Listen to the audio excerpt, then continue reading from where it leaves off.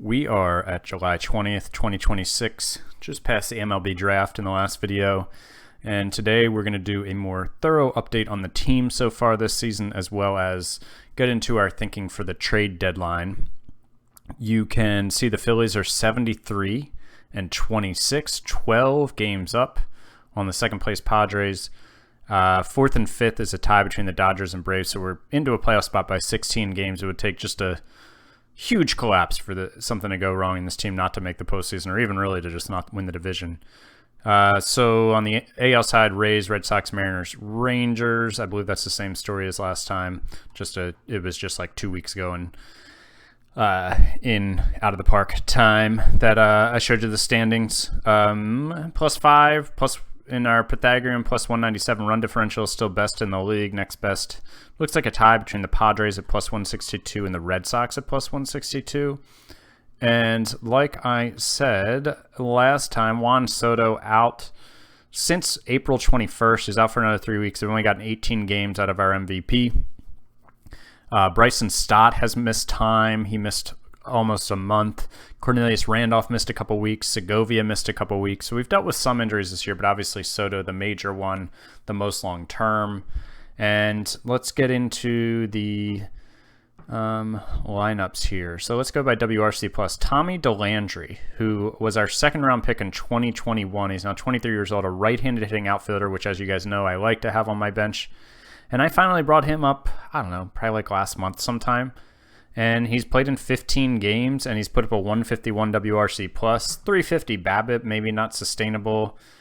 He's not walking a ton, but he's not striking out too much either.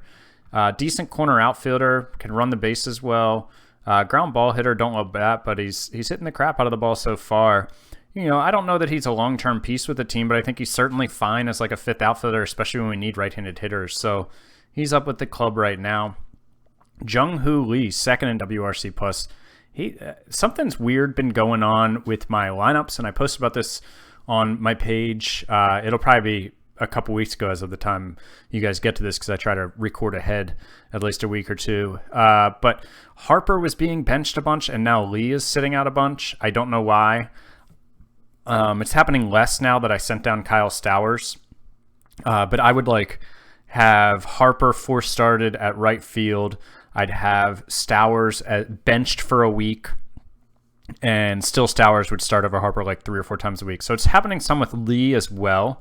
So he's only on pace for 533 plate appearances, 116 starts, but he's been great when he's been playing. It's been happening less since I sent Stowers down, but still happening. A 148 WRC plus would be the best performance of his career thus far. I think this is his third year with us. Yeah. Oh, that splits. So yeah, you can see above where he's been previous years. Strikeout or walk rate is down a little from last year, and strikeout rate's up, but the BABIP pretty similar. So yeah, he's hitting for more power. He's already got 16 homers. His career high is 22.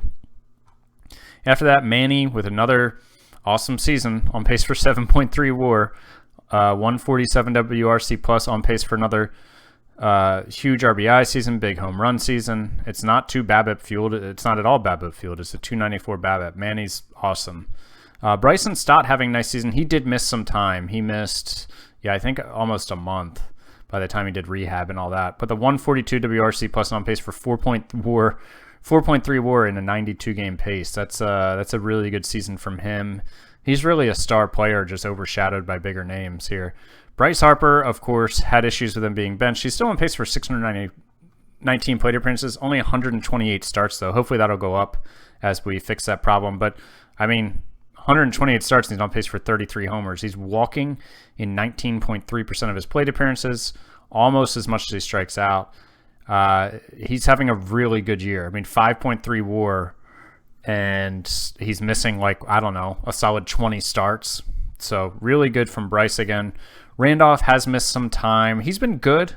His power hasn't been as high as previous years, but his WRC plus, his career is a 134 we're rocking. Yeah, and he's got a 122 this year. So he's having a good year, just not as good as some of his previous years. But again, he did miss some time, but he's obviously solid for us. Willy Adames Another really good season for him last year under contract. We'll see what happens with that. He's just he's a captain. He's a really good fielder, and he's above average hitter. Just a really valuable player. Pache's bat has heated up finally a bit. He was not doing too well for a while, but still with the glove was dominant. He's on pace for almost a 5-WAR season with a league average bat. So, his glove is just great. His glove is great. In 91 games, he's got a plus 14.3 zone rating. Rookie catcher Drew Romo, on pace to play about 120 games, on pace to put up about 3 WAR, about a league average bat with the 97 WRC plus, and he's got 13 home runs. So Drew Romo seems to have made the leap to the majors pretty well. Rock Riggio has really become our starting left fielder. Our 5th-round pick we paid well over slot for in 2021. He's really gotten a lot of the playing time with Soto hurt, and he's been fine. He's had 333 plate appearances, put up a 91 WRC plus. Not bad for a guy who just turned 24, and this is really his first extended playing time at the major league level. He's a really good hitter everywhere he played in the minors. He's a really good left fielder. And I'm glad he's getting some playing time. I like to see some of the young guys get a chance sometime. Hedges has been fine. Nasim Nunez, who is, really just probably our utility infielder at this point. And he started off really well with the bat, but he hasn't really come on all that strong yet. Overall, he's got just an 81 WRC plus. But if he can play all 3 infield positions well, he can run the base as well. He's a switch hitter. I don't need him to be a masher, but I would like him to be a little better. And Austin Sider really has just not performed in that right-handed hitting infielder / pinch hitter spot. Pitching. Let's do it by WAR. Justice Sheffield leading the way with 2.1 WAR, 3.62 RA, 3.97 FIP. Justice Sheffield is having a good season. Aaron Nola, another really good season, 2 WAR, 3 R WAR, 3.34 ERA, 4.07 FIP. He's on pace for 3.2 WAR and 5 R WAR. I mean, at 33, this is a pretty good Cy Young defense. Not that I think he'd win it again, but so Segovia missed, probably 4 or 5 starts, but he's doing the thing again with the ERA. He's at 2.78. His FIP is 3.65. He's striking out 11.5 guys per 9, which is a big increase from his 9.1 last year. He's walking a little bit more guys, but he's just really good. Of course, that fragile injury history is concerning, but looks like a really good starter. Andrew Schultz has just been great out of the pen. He's kind of been our Zach Littell replacement, the righty who's just really good. And he's on pace for 2.2 WAR. He's got a 1.56 ERA, 1.88 FIP, striking out 14.7 guys per 9.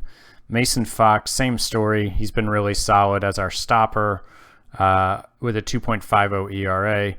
Mick Abel has jumped into the rotation for Gunnar Mayer, who kind of lost faith and didn't perform all that well and has struggled since moving back to the pen too. He's made 8 starts so far, 24 games, 75 innings, 3.58 ERA, 3.88 FIP, and a really good strikeout to walk percentage. Seems like a guy who I can trust in the rotation right now.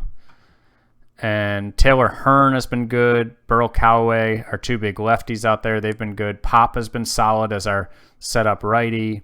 Jose Barrios has not had a great season ERA or FIP wise, but ERA wise he's got 0.8 WAR, but 2.7 R WAR. He's got a 3.72 ERA. He's got a 5 FIP. So his ERA is 19% above league average. His FIP is 13% below league average. His strikeout to walk ratio is similar to last year. He's given up 0.6 more home runs per 9. Still a really good BABIP. So, he's 32. He's got another year after this one. Hopefully he can, his peripherals will improve as well, but his results have been good. Aaron Bummer, solid as our lefty. Yoelvis Guedes, solid, making the jump from AA. He's been good for us. Gunnar Mayer has really been the only concern. And he's been not great as a reliever or a starter. He's put up 0.4 WAR, 0 R WAR. He's got a 5.54 ERA and a 4.96 FIP. If you look at ERA plus, he's the only guy below league average. If you look at FIP, him and Brios are the only guys below league average. So, I'm not looking to replace Barrios or anything. I trust him in rotation. And info page wise, we are second in runs scored, first in OPS, first in runs allowed, first in ERA, first in defensive metrics. We're 14-4 this month. We've gone on a winning streak. And now looking at this team, I don't think I looked at starters, and I'll show you guys in a minute. And basically, I think I'm going to option Gunnar Mayer, but it's, am I going to bring in a starter or a reliever? A starter would bump Abel to the bullpen, and a reliever, Abel, would stay in the rotation, and Mayer would go down. Mayer goes down either way. Man, this team is really good. I don't really feel the need to make a lot of changes just to make some changes. I don't love my infield depth. If Stott or Machado went down, or Adames, God forbid, I don't love my replacement options. So I think maybe bringing in a stronger middle infielder could be a good idea, and bringing in a boss reliever or a good starter. So I did go and I made an offer to Joey Wendell, just a minor league contract with a $100,069 bonus. He favors the offer just to be minor league depth, in case something were to happen to my infield, just to be another guy who's in the mix. And then trade-wise, just in terms of who's on the trade block, let's look at the starters first. There's really not anybody that I really want. Ferguson, I'm not too interested in. He's under contract next year for $20 million, and he's just kind of fine. I think I can get his performance out of Mick Abel, to be honest. Maybe not quite as good, and maybe do better in front of my defense, but I'm just not convinced I need to go out and get him. He won the Cy Young in 2022, and he's just been a pretty good starter since then. And then for that, it's a bunch of guys who are hurt. Gossman's hurt. Lamet's a fly ball pitcher. Marquez and Sanchez are hurt. DeGrom is 38 and having a bad year. Jeffries and Keller are hurt. And then you get a bunch of average guys who Abel is at least as good at this point. So then I started looking at relievers, and the guy I zeroed in on, go back to the top here, was Zach Birdie. Really good movement at 65. Obviously great stuff. Tremendous fastball. Tremendous slider. Amazing stuff. Fine control. He's had a rough year ERA-wise. He's at 5.68. The FIP is much better at 4. And last year he was outstanding for the White Sox, and he's a free agent after this year. So no big commitment. He's an all-star this year. He made the all-star team. Interesting. And it's really not going to cost me much to get him. Let's see if we go to the Cardinals here. Is he not on the Cardinals, or did he get erased? Oh, he's on the Angels. My bad. I had a trade lined up for him. So they were interested in this guy straight up for him, Cody Adcock, who was my 8th round pick in 2023, who's in high A ball and just not really doing much. They're also interested in this guy, Juan Melendez, who has great movement, but I don't think that stuff is ever going to play in the majors. He's having a really good season in A. He was in high A last year and was good, but he's out for 4 months with an elbow injury. So they are willing to take on Birdie, who they just kind of want to be rid of, and they're going to eat 65% of his deal. And honestly, I think I'm getting back the best prospect in this deal, Jesus Castillo. This guy could never make the majors, possibly with the floor so low on the contact and the eye, but he could be a decent infielder for us, and he can play the outfield too. So really like a second baseman, left fielder, right fielder, first baseman maybe, depending on how that bat comes along. He's just 19. He's in rookie ball. I like taking a flyer on a guy like that. And then they were also willing to throw in this guy who's not really a prospect, but he's got great range, a great center fielder. I'll take a guy like that in my system any day. He's a 12th round pick from 2025. He's 24. Just organizational depth. My assistant GM doesn't like the deal. I don't know why not. I think it's a great deal. And then after that, I kind of started looking at, and I didn't look at it in too much detail yet, just infielders. With my situation, my bench guys aren't great. So if I had an injury, I'd regret not bringing somebody in. But I don't really want to bring in like a star who is going to want to play every day. I mean, Jimenez is having like an all-star season. I'm not going to bring him in.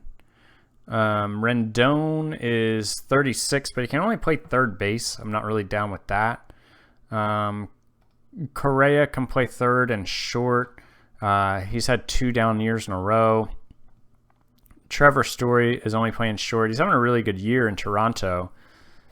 But I think I want a guy who can play more positions. David Fletcher is out here. He can play second, third, and short. But he's under contract next year. Oh, it's a team option with a $0 buyout. I didn't realize that. But he's just been below league average at the bat for many years in a row.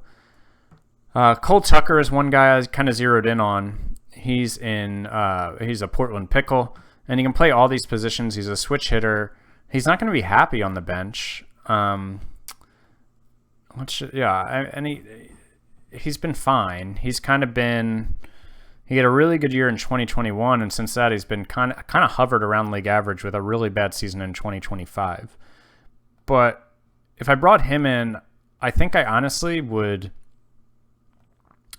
I think I would get rid of Slater and keep Nunez too. Continue to give him major league experience and have Tucker kind of as my backup starter for second, third, and short if something were to happen.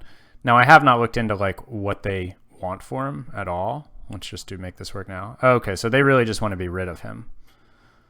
So I wonder if instead of like having to eat Slater's deal, so they'll take Austin Slater for Cole Tucker straight up. The Slater signing just hasn't worked out. I mean, he's only had 80 plate appearances. Like, hard to judge a guy from that. Tucker is not great versus lefties, which I'd prefer him to be. But he's really just not amazing overall. He's just kind of an average hitter.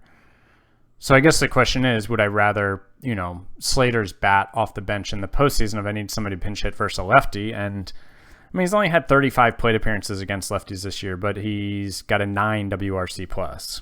He struck out, his BABIP is only 328. He struck out in 28% of those plate appearances, but a 161 slug. He just doesn't seem to have it this year. And we do have Tommy DeLandry on the club to pinch hit against lefties as well. I'm not sure that Slater.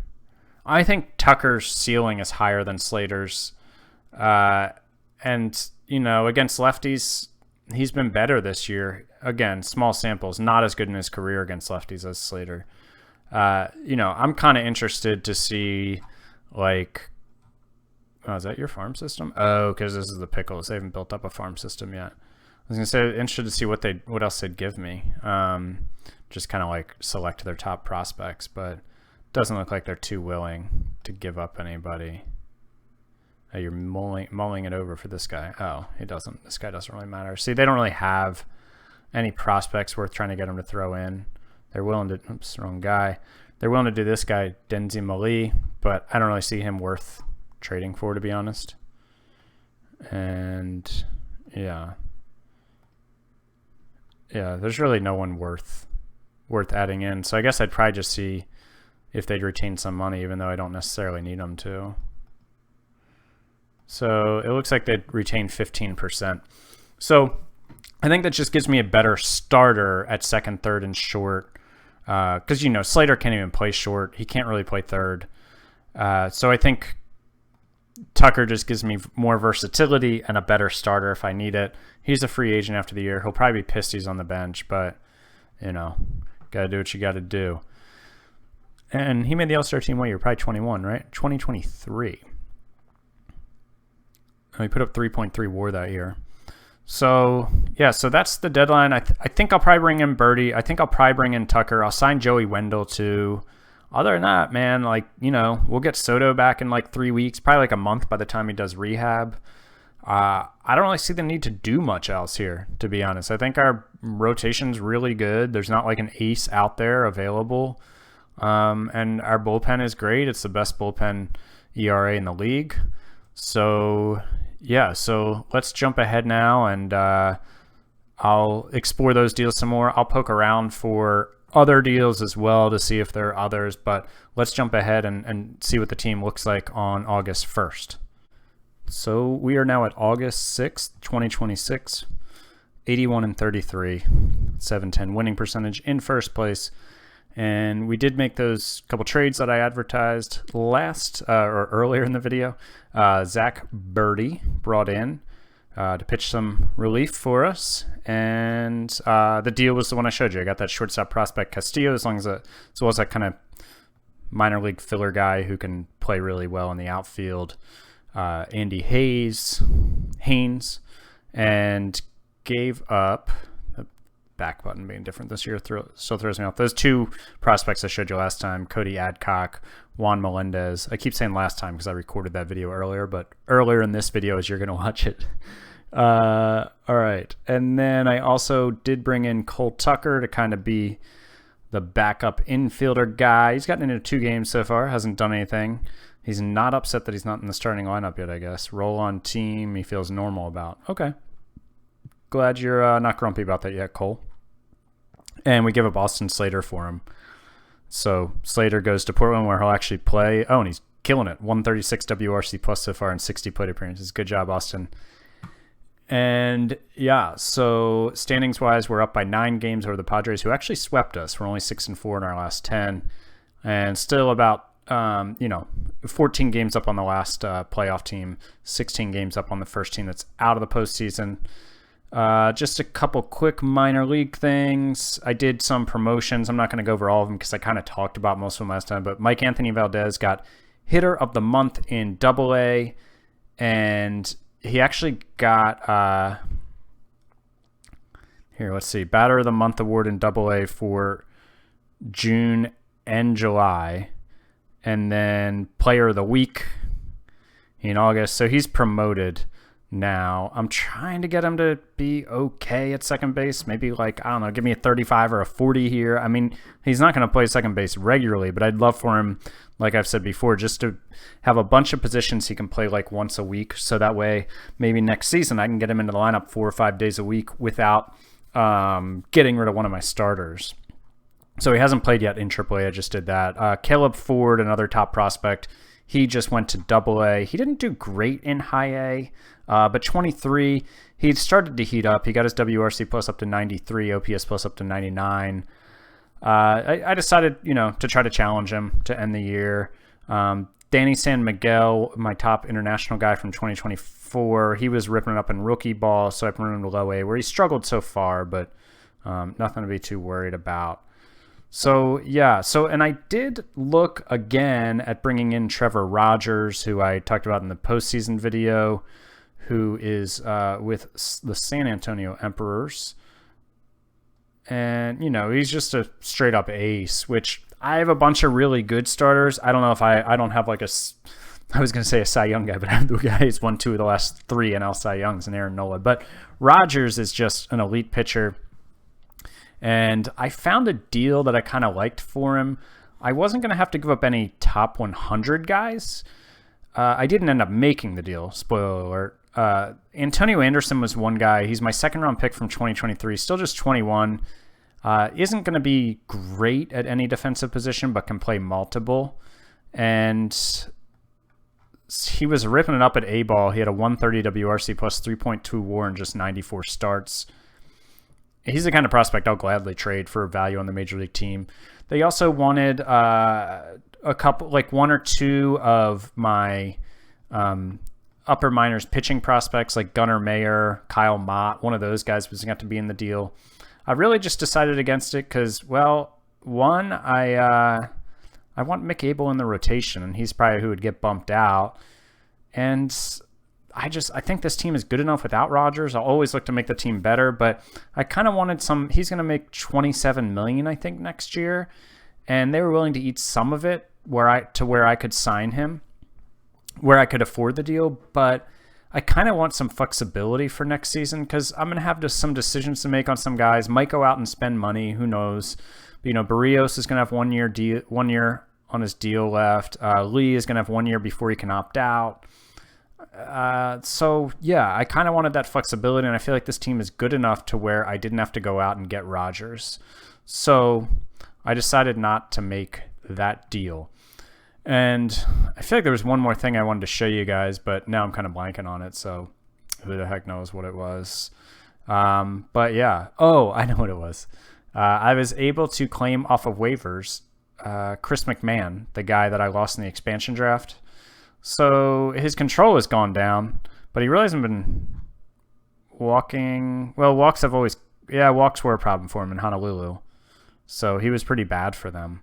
Maybe it was something with the island air affected his slider. But, this is the last option year. Probably not a guy who's going to be on my team next year since he's out of options. But a guy I wanted as depth. He can definitely come up and start if, I were to have a couple pitcher injuries. Honestly, there's not a guy on my team right now who would be a starter. I would go to the minors and, I'd look to guys like Kyle Mott, Daniels, Ellis, Diaz, Gunnar Mayer, I don't really see as a starting option at this point, but McMahon would be another guy in that mix. So I saw him on waivers. I got him. And yeah, here he is, and he's back with the organization probably just for the rest of this season. So I will update you guys at the end of the regular season in the next video, hopefully with another NL Robinson Division crown. Thanks as always for watching, and I'll talk to you then.